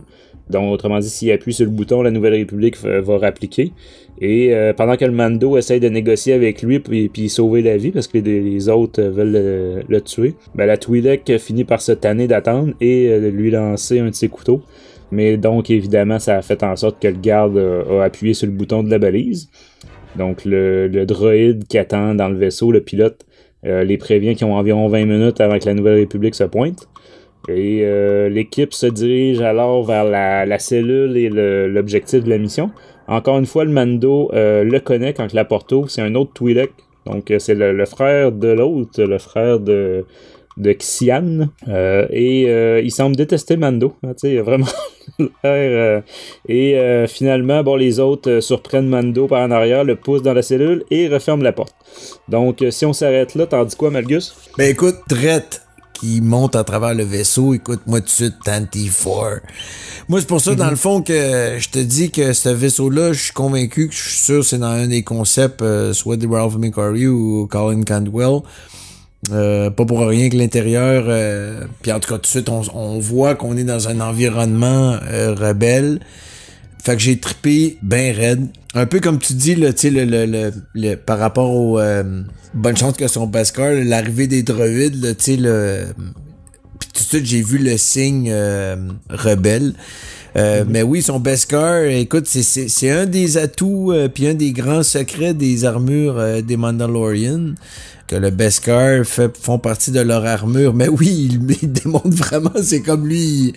Il marche devant tout feu et action, puis il se fout un peu, puis de toute façon, son armure le tient. Ouais, ben, tu te dis une chance qu'il reçoit pas les coups de blaster dans les raccoins où est-ce qu'il n'y a pas d'armure, là, parce que il en mange quand même plusieurs dans cet épisode. Oui, puis pour avoir une armure de Mando, il y a quand même du undersuit, qui a quand même pas mal de coins où est-ce que il y a pas d'armure. Donc j'avoue, j'ai pensé à la même chose. J'ai pensé à la même chose que lui, que ce que tu viens de dire, excuse-moi. Mais non, j'ai vraiment aimé cette section-là, là, vraiment. Comme tu dis, le Twi'lek a vraiment... Tu vois qu'il y a eu... mais tout par rapport à The Good Old Days, tu sais, comme les... Je sais pas, on dirait que peut-être que le Mando, c'est dans l'ancien... Il a changé. Est-ce que... Ouais, il y a des commentaires par rapport à... dans le fond, parce que la Twi'lek, elle le connaît bien. Là, oui. C'est ça, Puis là, lui, il l'aurait abandonné dans une mission, mais je veux dire... Est-ce qu'il l'aurait fait d'une façon vraiment de mauvaise foi, puis là il juge que peut-être que c'est une façon de se reprendre, ou c'est le genre de réplique qu'on a eu 1000 fois aussi contre Han Solo. Oui, tout à fait. Du monde qui reproche à Han de les avoir trahis ou l'avoir abandonné, etc. Là, donc ça dépend toujours. Écoute, je laisse supposer que ça dépend toujours du contexte du personnage et du moment. Donc, ce qui voudrait peut-être dire que lorsque Mando aurait abandonné ce Twi'lek-là, certainement que Mando a ses raisons. Fait que, mais je trouve ça cool que oui, il se retrouve là, puis c'est lui qui le libère. Puis là, ben écoute, c'est lui qui se fait pousser, qui se fait trahir par la propre... Ça, on dirait, je sais pas, j'avais un feel. Ouais, ça, tu vois, mes enfants aussi, je sais plus lequel, on dit là, c'était sûr, là, c'était inévitable. Moi, j'avais vraiment, vraiment, vraiment un sentiment de... Depuis tout le long, puis même depuis le début de l'épisode, je me disais, mais il en prend, tu sais, tout le monde lui lance un peu des coups de fouet, puis lui, il est là, puis il se ferme la gueule, il dit rien. Il endure. Mais c'est sûr que moi, en tout cas, je me suis dit effectivement, quand t'as un casque de même sur la tête, t'as un méchant angle mort là, quand même. Fait que prendre le risque d'avoir du monde comme ça derrière toi, en tout cas, moi tu vois dans cette section-là, ce que j'ai trouvé vraiment intéressant, c'est tout l'aspect justement de Nouvelle République. Fait que t'as parlé du décor, justement les droïdes, le fait que justement on est dans des technologies qu'on a un peu déjà vues, tu sais, des décors qui nous rappellent de voir, comme je disais tantôt en première partie, du staff, là, donc un garde de la Nouvelle République en uniforme, etc. Oui, puis d'ailleurs, Francis, j'ai oublié. Parce que c'est-tu dans l'épisode 2 ou 3 que le Mando répondait là, quand il était question d'aller voir la Nouvelle République pour les dénoncer. Là. Oui. Il répondait c'est une blague, là, tu sais. Mais c'est ça, j'avais peur qu'on n'explore pas du tout l'aspect Nouvelle République dans la série. Fait que c'est ça, je suis vraiment quand même content. Je trouve qu'ils ont trouvé un bon moyen de l'explorer sans que le Mando aille au cœur de la galaxie. Là, oui, puis même d'ailleurs, petite mention à la Nouvelle République que j'ai oublié de mentionner, c'est quand même cool de voir un mouse droïde dans la Nouvelle République. Ouais, ben, droïdes, qui ont récupéré, c'est ça, ben du stock impérial. Ben oui, les bots, c'est quoi, ils ont peut-être récupéré... les bots de Stormtrooper. Ouais, ben oui, les bots de mouse droïde, ils ont récupéré du stock de l'Empire défunt. C'est du monde efficient à la Nouvelle République, c'est ça. Ouais. Mais écoute, j'ai bien aimé, évidemment, le mouse droïde, moi. J'ai toujours... Ouais. Ben, c'est ça. Tu sais, l'autre épisode d'avant l'épisode 5 était une orgie d'Easter egg, là, tu sais, puis de fanservice. Celui-là aussi, dans un sens, c'est encore une fois, c'est ça, là, du début à la fin. Sérieux, mais ils sont tous, si tu veux mon avis, ils sont pas mal tous. C'est vraiment... Mais je sais pas, je trouve que c'est plus plaisant dans celui-là, ça coule plus tout seul, c'est peut-être mieux amené, je sais pas. Mais et dans un sens, c'est le premier épisode aussi où est-ce qu'on est plus en intérieur. Tu sais, depuis le début de la série, on était tout le temps dans des grands espaces, là, soit désertiques ou la planète de forêt là, dans le 4e, je pense. Oui, l'épisode que j'aime. C'est ça, je trouve ça fait du bien quand même de se retrouver dans des vaisseaux. C'est des décors qu'on est plus habitués pour Star Wars quand même. Moi, j'adore ça, ces espaces clos là, comme ça là. Tu sais, ça fait vraiment sci-fi. En même temps, c'est ça qui est le fun de Star Wars, c'est que t'as la planète poussiéreuse, puis là, tout de suite après, t'as le vaisseau hyper clean, blanc. En tout cas, j'aime bien. Oui, moi, ça m'a plu. Et à ce moment-là, je vais te demander de nous lire la suite. Oui, donc, point 4. section. Donc, pendant que les méchants s'en retournent au réseau Crest, Mando réussit à s'échapper en arrachant le bras d'un droïde de sécurité qui passait devant sa cellule. Au lieu de pourchasser ceux qui l'ont trahi, il retourne au poste de sécurité et ferme les lumières. Boucle un grand nombre de portes de couloir, finit par isoler chaque membre de l'équipe. Puis, après avoir récupéré la balise de localisation de gardes-morts de la Nouvelle République, il les affronte un à un, mais on ne les voit jamais les tuer. Au final, il ne reste que le prisonnier évadé et celui-ci tente de convaincre de l'épargner et de compléter la mission. Pendant tout ce temps, Bébé Yoda jouait la cachette avec le droïde pilote dans le réseau Crest. C'est assez comique cette bout-là. Quand celui-ci finit par le trouver, il pointe son arme dessus. Bébé Yoda lève la main et ferme les yeux comme pour utiliser la force. Mais finalement, c'est Mando qui tire le droïde par derrière. Mando s'installe aux commandes, se détache du vaisseau prison et passe en hyperespace. D'ailleurs, sans mention, il y a bien du monde, j'avais vu sur des réseaux anglophones que, tu sais, il y avait toujours la mention, on le voit jamais passer en hyperespace, tu sais, l'univers de Star Wars. Ouais. C'est vrai, mais en même temps, moi, j'ai toujours l'argument, mais il faut avoir l'imagination que il peut passer en hyperespace entre les épisodes qu'on voit pas. Fait que, là, maintenant, ils vont pouvoir dire qu'ils l'ont vu. Ouais, exactement. Fait que tes commentaires, Francis? Ouais, ben tu vois, avant ça, je vais peut-être mentionner, tu vois, Danny, notre leader suprême qui est dans le chat, nous mentionne que le vaisseau, finalement, c'est une Imperial Prison Barge, donc c'est déjà un vaisseau qui servait déjà là, de prison ou de convoi, en tout cas, là, à l'époque impériale. Ah. Bref, moi, cette section-là, en fait, tu as mentionné tantôt l'aspect film d'horreur un petit peu, où... moi j'y ai vu une certaine référence aussi à Rogue One, donc la fameuse scène de Vader, les alarmes, les lumières, le rouge, le noir. Il y avait comme un build-up de stress, là. Ouais, suspense. Bon, je vais revenir au début peut-être. La manière dont le Mando s'évade, je l'ai trouvé relativement facile.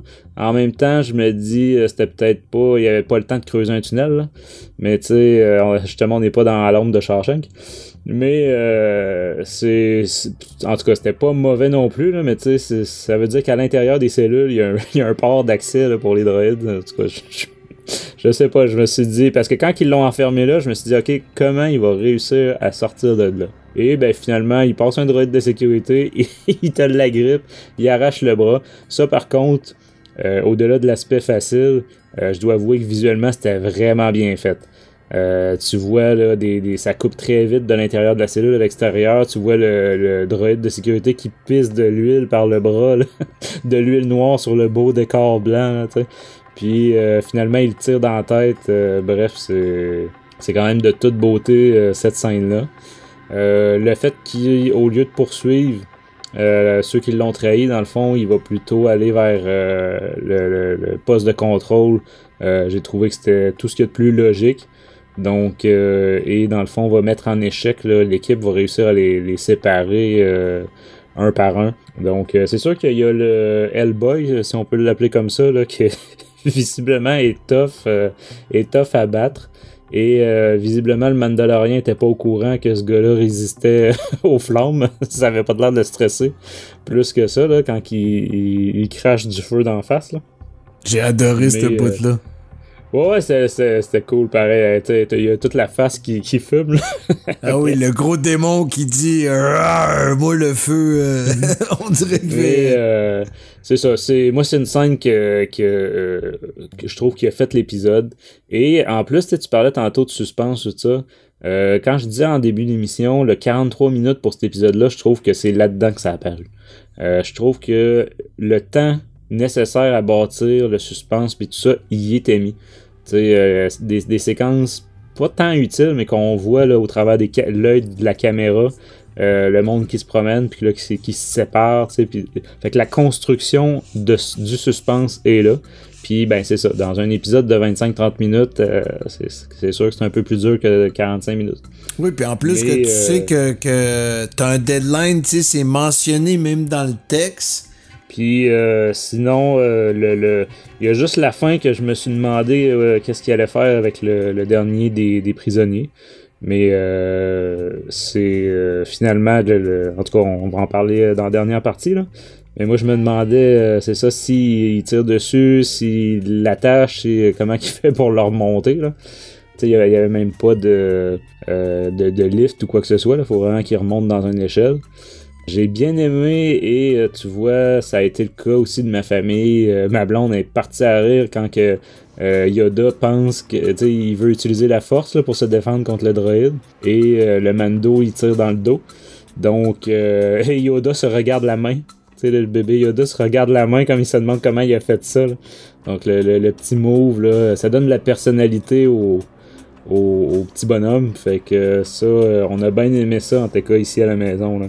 Toi, de ton côté, cette partie-là? Ben écoute, vraiment, dans la continuité de l'épisode, tu sais, justement, un peu comme je disais au tout début, un Mandalorian qui sait comment accepter de l'aide, qui a des valeurs, mais quand il se bat contre des droïdes, on voit vraiment le côté badass du personnage. Fait que tout comme toi, là, arracher le bras, l'huile qui déborde sur le décor blanc, j'ai vraiment apprécié.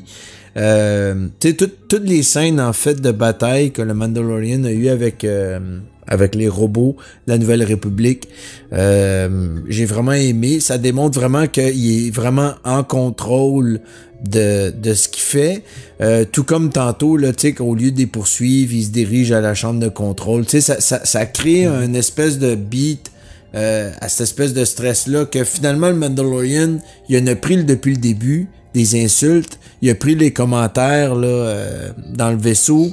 Ça fait, c'est sûr, ça fait un petit peu américain, le film de guerre, on dirait, tu sais, qui partent en mission, que le tough boy, il reçoit tous les commentaires, puis finalement, quand il est le temps de livrer la marchandise, ben, non seulement qu'il la livre, mais il est au-dessus de toute la gang. Puis il est bien capable de les mettre dans des positions que lui, finalement, on sent vraiment qu'il est il est dans son élément. Puis tout le bébé Yoda, moi aussi, j'ai bien aimé. Ça montre que, justement, bébé Yoda, la relation que les deux personnages vont commencer à non seulement commence, mais se développe. Baby Yoda comprend que Mandalorian est là pour le protéger. Donc lui aussi va probablement faire des choses. Parce que Baby Yoda, Mandalorian, il a pas dit là, fais attention au droïde là, ou joue avec lui ou. Puis en tout cas, la façon que Baby Yoda par lui-même se rend compte que peut-être, la minute qu'il se retrouve devant lui, qu'il commence à vouloir utiliser la force, mais finalement Mandalorian le tire avant. Mais ça va tisser des beaux liens de valeur justement entre les deux personnages. Ouais, puis c'est ça, c'est une construction là, parce que tu sais, si ça avait pas été de ce petit jeu de cache-cache là, fait que tu sais, le rôle justement de Baby Yoda aurait été pratiquement inexistant dans cet épisode-là. Fait que j'ai trouvé que c'était bien intégré là, dans l'histoire. Oui, en flash comme ça au travers du reste là, de la poursuite, on va dire, des autres personnages. Oui, là.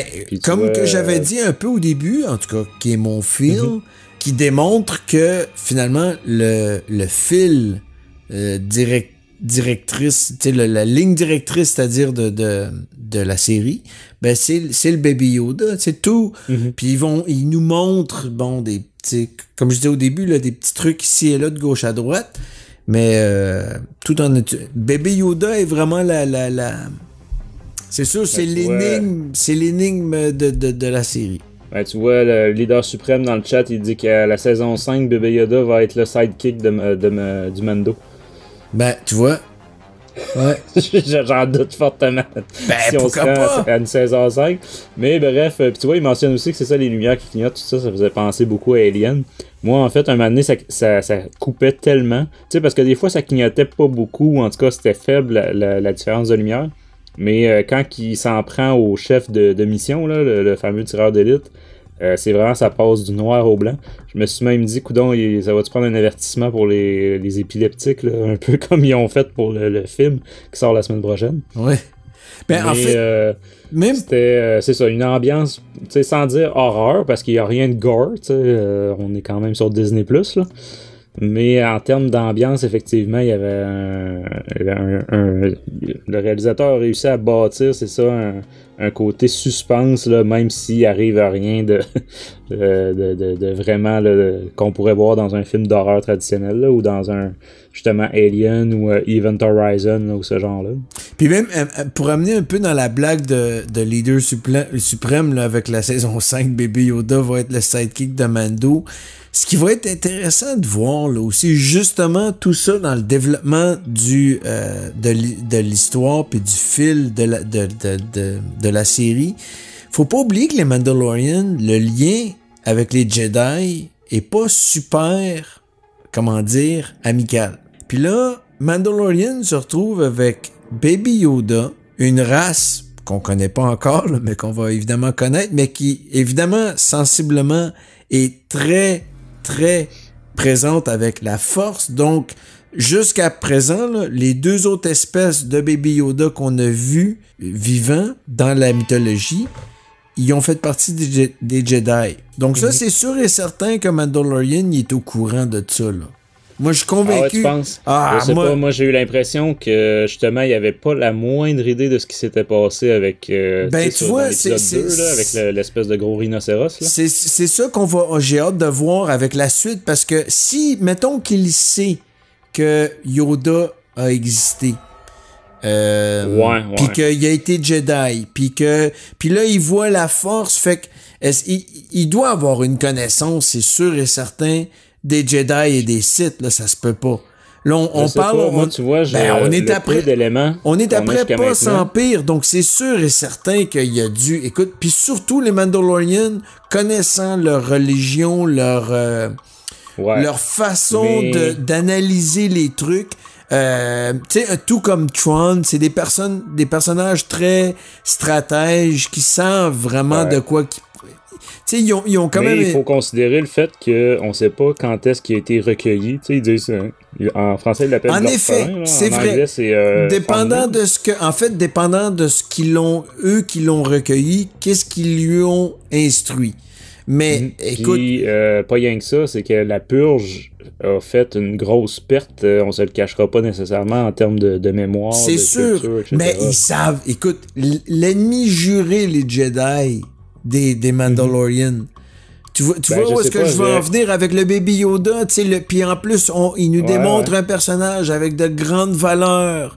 Tu sais, qu'on voit vraiment qu'il y a un jugement un peu... écoute, moi, qui m'a un peu surpris même des Mandalorians, sans vouloir discréditer les Mandalorians, mais je veux dire, oui, c'est des warriors, mais non seulement c'est des guerriers, mais c'est des guerriers avec des valeurs. Tu sais, ça ajoute un gros plus à qui ils sont. Puis là, qu'ils se retrouvent avec un bébé Yoda, puis que tu vois qu'il est en train de vraiment tisser des liens d'amitié avec cet être-là. Qu'il l'a vu, là, l'épisode avec, comme tu dis, avec le rhinocéros, là, que non seulement qu'il peut contrôler la force, mais qu'il la contrôle pas qu'à peu près. Moi, je suis sûr et certain qu'il y a peut-être des... En tout cas, j'ai hâte de voir. Ouais, c'est ça, moi j'ai hâte de voir aussi. Ouais. C'est ça, l'impression que j'ai eue, c'est que c'était vraiment l'Empire qui... Ben évidemment, si c'est l'Empire qui a fait la purge, là, c'est normal que ce soit l'Empire qui soit considéré comme les pires ennemis des Mandaloriens là, de cette époque-là, ceux qui sont encore vivants. Mais, ouais, t'as raison, là, que historiquement, les deux suprêmes mentionnent que les impériaux auraient peut-être vraiment effacé l'histoire des Jedi, donc qui un peu, tu sais, comme tu disais tantôt, là, dépendamment de eux qui ont repris ce jeune-là puis qui l'ont instruit dans son développement, tu sais, en tant que Mandalorian, peut-être que, mais écoute, je sais pas, à ce point-là, que l'historique des Jedi soit effacé. Bref, on s'éloigne, mais effectivement, on va voir la suite des choses de ce côté-là, voir si ses petits amis mandaloriens vont apprécier son adoption là, de bébé Yoda. Mais tu vois, il est là le fil de l'histoire! Ah, peut-être, effectivement. Et en dernière partie, en conclusion, le Razor Crest arrive à la station de son vieux partenaire. Donc après être sorti d'hyperespace. Et lorsque la porte ouvre, on se rend compte que Mando a bel et bien ramené vivant le prisonnier, l'objectif de la mission. Son vieux partenaire lui remet sa prime. Mando rembarque et redécolle. Donc vraiment, ça se passe assez vite et rien de compliqué. Par contre, son vieux chum appuie sur un communicateur et donne l'ordre à on sait pas qui d'aller descendre le Razor Crest, d'aller le tuer. Donc on voit une espèce de chasseur sortir du plancher là, et de s'apprêter à décoller. Un peu une plateforme, là, un peu comme sur un porte-avions par exemple. Mais le prisonnier entend un petit bip bip bip, s'aperçoit que la balise de localisation était cachée sur lui. Il y a alors 3 X-Wing qui sortent de nulle part, qui sortent de l'hyperespace, qui croisent le Razor Crest, là, manque quasiment y foncer dedans, là, faire un face-à-face, là, parce que l'espace, c'est tellement pas grand que fallait qu'ils sortent exactement à cet endroit-là. Mais bref, ils foncent à toute vitesse, puis j'ai encore plus remarqué la deuxième fois que je l'ai vu, là, ça passe en un clin d'œil, là. Et finalement, dans le fond, il ouvre le feu sur le chasseur qui s'apprêtait à décoller et sur toute la station.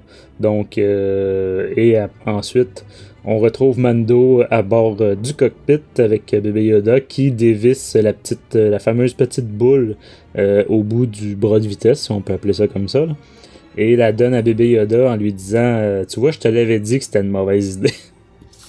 Et en scène finale, enfin, on retrouve les 3 ex-équipiers, si on peut dire, du Mando. Donc, bien vivants et dans une cellule du vaisseau prison. Donc, Malgus, tes commentaires sur la conclusion de cet épisode? Ben, direct en partant, tu vois, quand il arrive, là, ça démontre vraiment le feel, que peut avoir les discussions à l'intérieur d'un cercle de smugglers. Tu sais jamais... no question asked, pas de question demandée. Chacun, il y a comme une confiance, mais c'est comme une non-confiance, finalement, un peu... Puis écoute, Mandalorian joue très bien le jeu. il remet la prime, il y a l'argent, mais tu vois en même temps, comme je disais un peu au début, là, tu sais, finalement, ça démontre le chasseur, il le fait pas juste pour l'argent. Oui, il y a eu l'argent, parce qu'évidemment, il y en a de besoin, mais je veux dire, on sait, à travers tout l'épisode, là, à travers ses valeurs, finalement, il y a des choses qui transpercent là, du personnage. Puis écoute, dès qu'il quitte, puis en tout cas, moi, on dirait que je m'y attendais, parce que quand il l'avait ramassé dans le vaisseau prison, je m'attendais qu'il allait le foutre dans sa poche. Mais ce qui a été agréable, c'est quand t'as vu les 3 X-Wing. Moi, j'ai vraiment adoré cette scène-là. Là, c'était trippant au bout. Les 3 X-Wing, en plus, un des chauffeurs est Dave Filoni. Vraiment, ça a vraiment été... Lui, on le reconnaît tout de suite. Ça a été une belle surprise. De Star Wars, ouais, ça a été une belle surprise. Puis vraiment content pour lui, fier de lui. En même temps, je me suis dit, mon gars, tu le mérites, man. Tu le mérites d'être dans un X-Wing. Ouais. Merci, tu sais, pour toutes ces... Il est officiellement dans Star Wars. Oui, il est officiellement dans Star Wars. Écoute, puis sincèrement, je trouve que ça fait longtemps que ce gars-là le mérite. C'est vraiment, là, je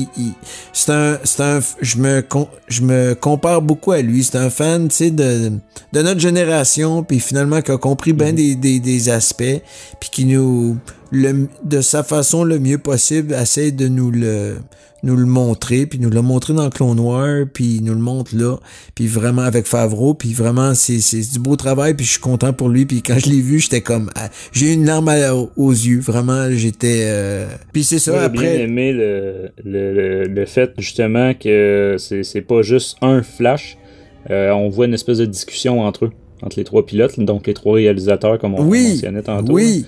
On les revoit une deuxième fois. Il aurait pu juste faire un petit clip là, super rapide. Là, mais oui, parce que, tu sais, je veux dire, on se demande...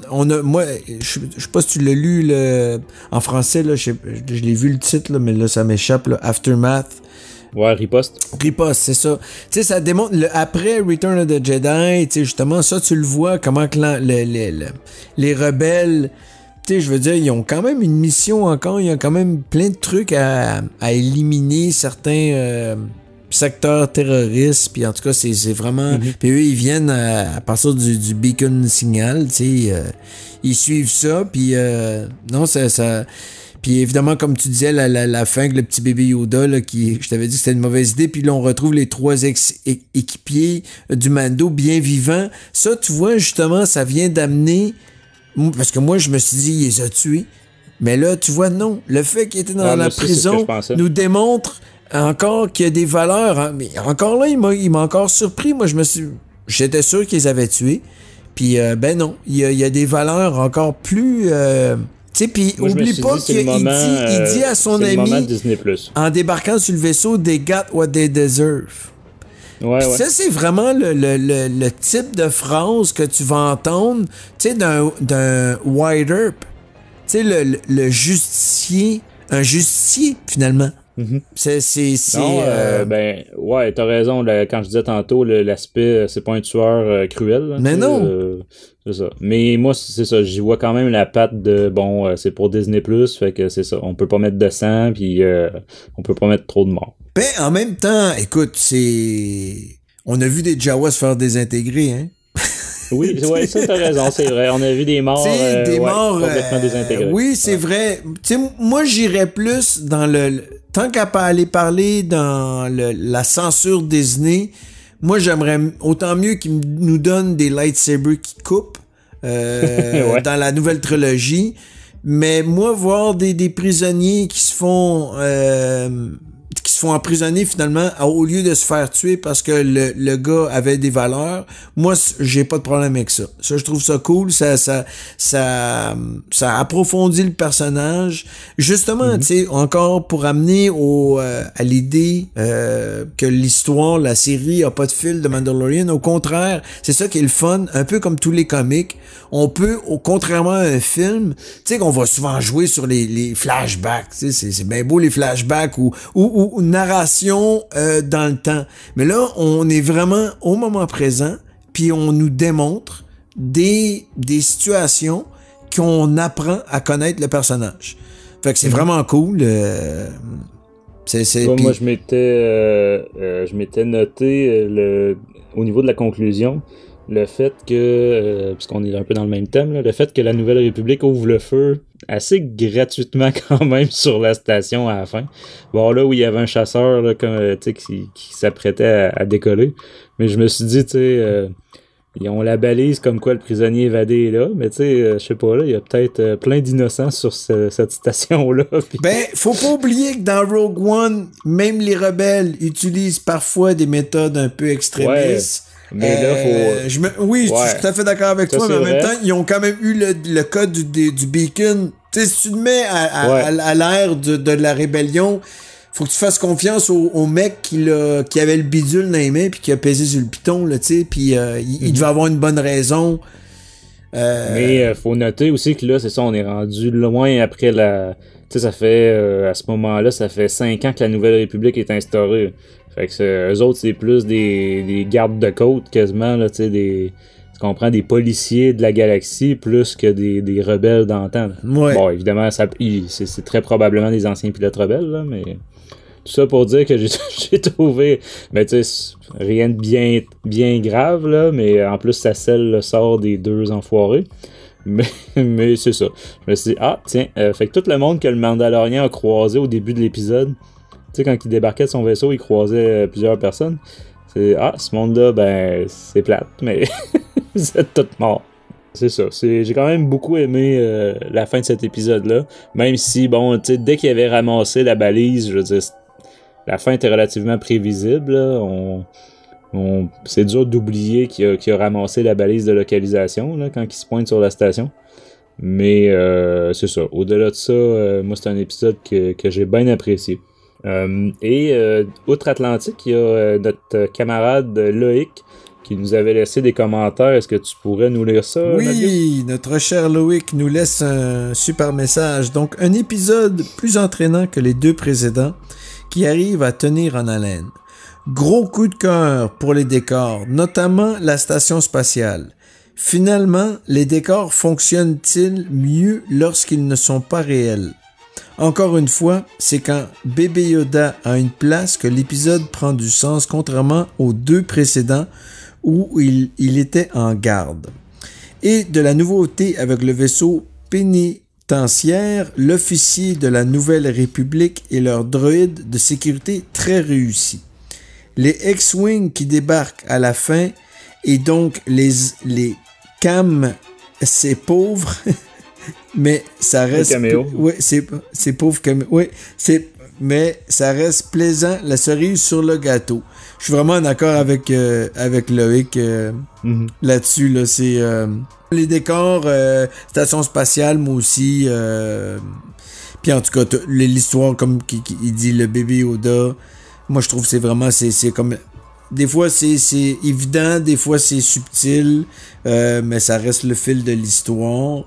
Puis évidemment que la Nouvelle République, les droïdes de sécurité, super réussi. Les X-Wing, moi, ça a vraiment été la cerise sur le gâteau. Là. C'est le son des X-Wing là, quand ils shootent, là, le...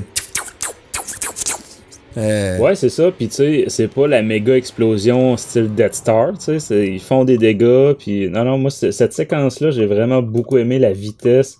Ouais. Non, ben ça, c'est de quoi de beau dans la nouvelle trilogie de Disney, la maniabilité des X-Wing. Poe, là, je pense que c'est dans Force Awakens, là, quand les manœuvres qu'il fait, ça, je trouve ça cool. Ouais, ben faut dire qu'à cette heure, ils ont les effets visuels un petit peu plus faciles que dans le temps de la trilogie originale. Là. Mais ouais, t'as raison, sauf que là, dans l'épisode 8, il fait même du drift là, avec son X. Oui, ça j'ai aimé ça. Ça j'ai vraiment. Ça démontre, tu sais, des manœuvres. Écoute, on rentrera pas en détail dans Last Jedi, qui n'est pas vraiment mon meilleur film. Dans les lois de la physique inexistantes. Mais non, ben écoute, on l'a vu même avec le Faucon Millennium dans Force Awakens. J'ai aimé ça, vraiment des manœuvres, vraiment qu'on n'est pas habitué de voir. Écoute, c'est quand même des vaisseaux réputés dans la galaxie de mythologie de Star Wars, X-Wing, Faucon Millennium. Puis c'est le fun de les voir opérer de façon comme ça là, en draft là, tu sais, en faisant des je trouve ça cool. Bon, en tout cas, c'est ça. Je pense que cet épisode-là fait quand même pas mal l'unanimité là, aussi au niveau des différentes critiques que j'ai eu le loisir ça de lire au cours de la ouais. journée. Ouais, c'est ça. Les 2 derniers, il y avait un petit peu plus de débat, là, mais cette fois-ci, je pense que le monde s'entend. Fait que, bref, c'est sur ces bonnes critiques qu'on va conclure cette édition de Star Wars en direct série. Comme toujours, si vous avez des suggestions, des commentaires, des réactions sur les sujets qu'on vient de discuter, contactez-nous à l'adresse studio@starwarsendirect.com ou laissez votre message sur nos réseaux sociaux, Facebook, Twitter, Instagram, notre chaîne YouTube, etc. Et bien sûr sur le Discord, donc on a plein de salons de différents thèmes là, pour venir jaser avec nous. Et surtout, n'hésitez pas à partager nos épisodes sur vos réseaux sociaux pour faire croître la communauté de Star Wars en direct. Côté prochaines émissions, Malgus, qu'est-ce qu'on a au programme qui s'en vient? Alors, côté prochaine émission, Star Wars en direct, littérature sur les 2 albums comiques Solo et Cadet Impérial. Star Wars en direct, Gamers sur le jeu Galaxy of Heroes. Star Wars en direct, série sur le prochain Mandalorian. Star Wars en direct. Ouais, parce que c'est vrai, on l'a pas mentionné, je pense à ça. C'est mercredi, hein? Mais ouais, il va être mercredi prochain au lieu de vendredi, hein, donc exceptionnellement à cause de la sortie du film. Donc mercredi prochain, le 18, on a le prochain épisode de Mando. OK. Donc Star Wars en direct express juste à la sortie de l'ascension de Skywalker et quelques émissions plus complètes sur le film, bien sûr. Ouais, je pense que là, avec le 9e, tu sais, on a... Non seulement c'est un film, mais c'est la conclusion de la série. On va être loadé pas qu'à peu près. C'est ça, je pense qu'on va avoir beaucoup d'épisodes à venir sur l'ascension de Skywalker et la saga Skywalker en général. Donc, on rappelle que pour joindre notre communauté de fans et d'auditeurs, ainsi que pour participer à nos enregistrements en live, on vous invite à rejoindre notre serveur Discord. La famille continue de s'agrandir à chaque semaine. Et puis pour montrer vos couleurs, dirigez-vous vers la boutique Star Wars en direct pour procurer les t-shirts et produits dérivés à l'image de notre équipe, donc starwars.direct/boutique. On est présent sur toutes les bonnes plateformes, donc iHeartRadio, Deezer, Spotify, Stitchers, Google Play, Google Podcasts et Apple Podcasts. On remercie nos partenaires Mint Inbox, Star Wars Holonet, SiteClan.net, Planet Star Wars, Star Wars Universe, Star Wars Geeks Québec, Génération Star Wars et Science-Fiction, ainsi que le Space Trash Show. De la part de Malgus et moi-même, merci d'avoir été à l'écoute de Star Wars en direct, la voix du fandom Star Wars, et que la force soit avec vous.